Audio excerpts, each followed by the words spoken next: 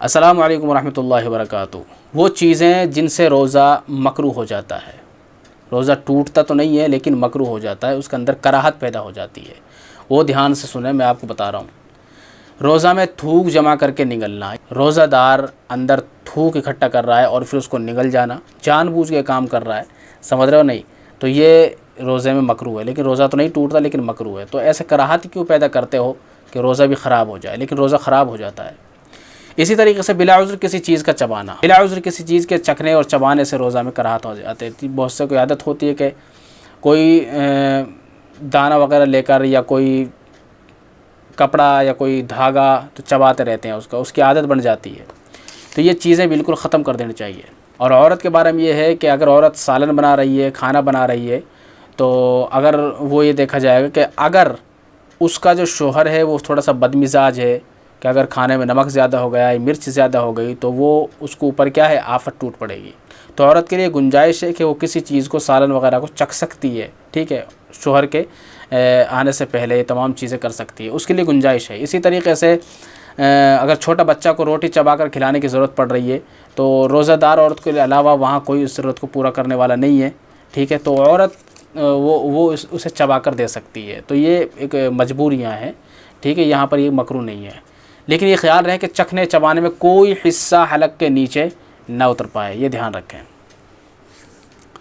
Toothpaste या कोई मंजन इस्तेमाल करना, रोज़ा की हालत में टूथपेस्ट इस्तेमाल करना, कोयला या कोई मंजन दांतों में मलना, या औरत का इस तरह होंठ पर सुर्खी लगाना कि उसके पेट में चले जाने का अंदेशा हो।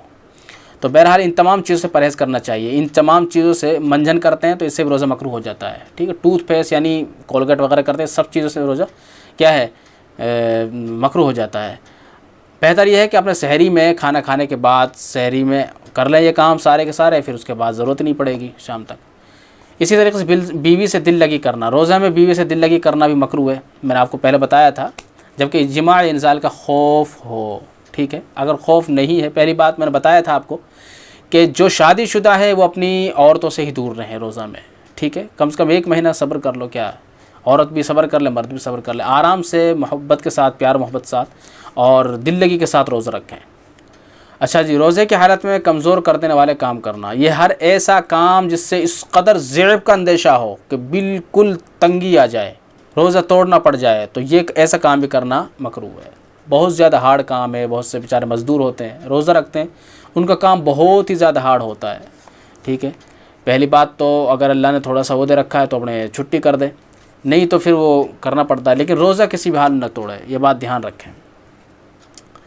रोज़े की हालत में गुनाह के काम करना, रोज़े की हालत में हर गुनाह का काम करना, जैसे कव्वाली हो या गाना वगैरह सुनना या गाली देना, ये तमाम चीज़ों से रोज़ा मकरूह हो जाता है, ये बात ध्यान रखना। तो इसलिए कहते हैं कि रोज़ा में हर चीज़ से बचना चाहिए, तक़वा इख्तियार कर लेना चाहिए, क्योंकि हर आज़ा का रोज़ा होता है, बात समझ नहीं। इसी तरीके से कुल्ली करने में मुबालगा करना, नाक में पानी चढ़ाने और कुल्ली करने में मुबालगा करने से रोज़ा मकरूह हो जाता है। या इस तरीके से गरगरा करते हैं, इन तमाम चीज़ों से रोज़ा मकरूह हो जाता है। बस अपने दांतों की सफाई और ये मुंह में अंदर पानी, यानी पानी हलक तक नहीं जाना चाहिए, तो ऐसा काम ना करे कि जिससे पानी अंदर जाने का अंदेशा हो, ये बात ध्यान रखें बस।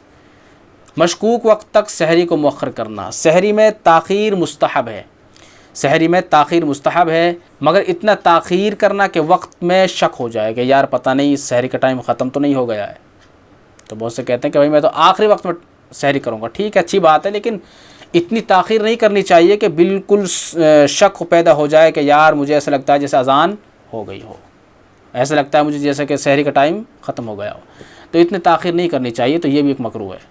बीवी का शोहर की इजाज़त के बगैर नफली रोज़े रखना, नफली रोज़े जो रखे जाते हैं तो बीवी को चाहिए कि अपने शोहर से इजाज़त ले कि मैं रोज़ा रख सकती हूँ, क्योंकि हो सकता है कि मर्द को अपनी बीवी की ज़रूरत पड़े, तो इसलिए वो अपने शोहर से इजाज़त ले कि मैं नफली रोज़ा रखना चाहती हूँ, अगर आप इजाज़त दो रखूँ या ना रखूँ। तो अगर शोहर इजाज़त दे तो रखें, नहीं तो शोहर इजाज़त नहीं दे रहा तो वो ना रखें। तो ये हैं मकरूहात रोज़ा, जिन चीज़ों से रोज़ा मकरूह हो जाता है। अगर फिर भी आपको कोई मसला समझ में नहीं आया है तो आप कमेंट के ज़रिए पूछ सकते हैं, कोई दिक्कत की बात नहीं है, ठीक है। जज़ाकल्लाह। अस्सलामु अलैकुम व रहमतुल्लाहि व बरकातुहू।